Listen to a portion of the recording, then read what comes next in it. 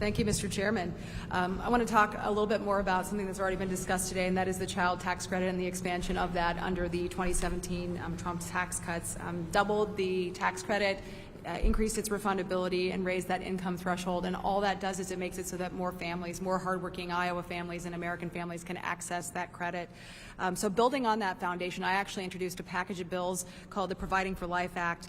It really prioritizes the needs of our families and ensures that they have the resources to thrive. It would expand the child tax credit, include provisions for paid family leave, support for expecting parents and pregnancy centers, and it would specifically increase the refundable child tax credit up to $3,500 for kids under the age of 18 and $4,500 for kids under the age of 6.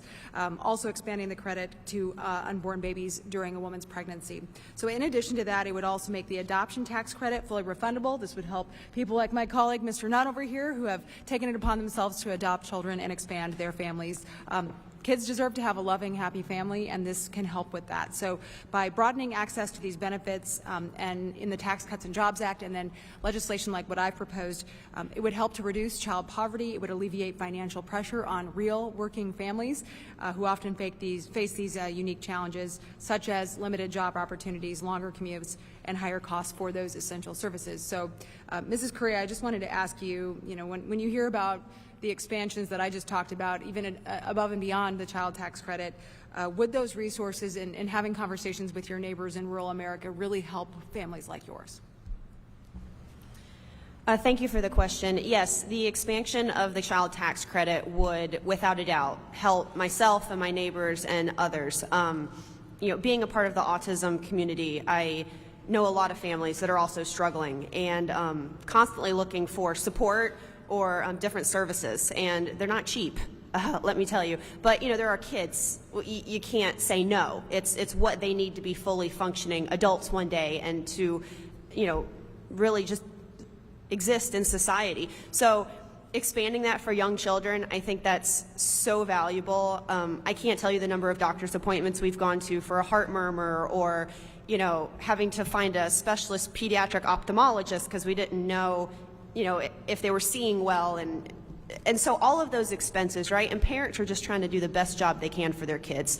And it's expensive, and it's getting more and more expensive. I can tell you, when I go to Sam's Club to buy chicken nuggets and fruit for my kids, the price just keeps going up and up and up. And I buy milk 3 gallons at a time, and it's getting more and more expensive. So again, expanding that child tax credit would help families like mine and really help like our kitchen table. Yeah.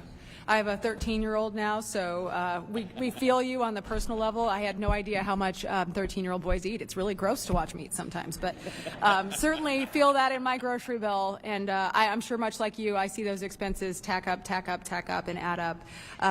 So I want to move to domestic manufacturing because obviously that's such an important part of our rural economy here, and we've seen and heard already about the investments in businesses creating those jobs right here in rural America. And our foreign adversaries like China continue to ramp up their investment in work and research to gain control of our critical supply chains. So I think it's never been more important for Congress to really commit to pro-growth policies that help American leadership on the global stage. So getting to that investment, Mr. Sukup, as a business owner, can you speak to the importance of this tax policy that keeps us competitive, not just here at home, but on that world stage? Because you sell your equipment all over the world, so you see those impacts day to day. Yes, we export containers every week out of our company. It goes across the globe. Being able to have whether it's the depreciation or the lower tax rate, lets us reinvest into our manufacturing, and I think over the last 4 years with the COVID and everything, you've seen how important manufacturing and domestic manufacturing is, and so this Tax Cuts and Jobs Act is just critical for us to continue with that aggressive mode. So if these cuts are allowed to expire, and you've talked about a lot of the growth you've experienced, that'll mean some hard decision making for you and your family. Yes. No, there'd be some pullback. So far, our markets have stayed strong, and we've added 200 well-paying manufacturing jobs, and our intent is to keep everybody busy. Yeah, well, certainly doing a great job of that. So thank you so much for coming today, and Mr. Chairman, I yield back. Thank you.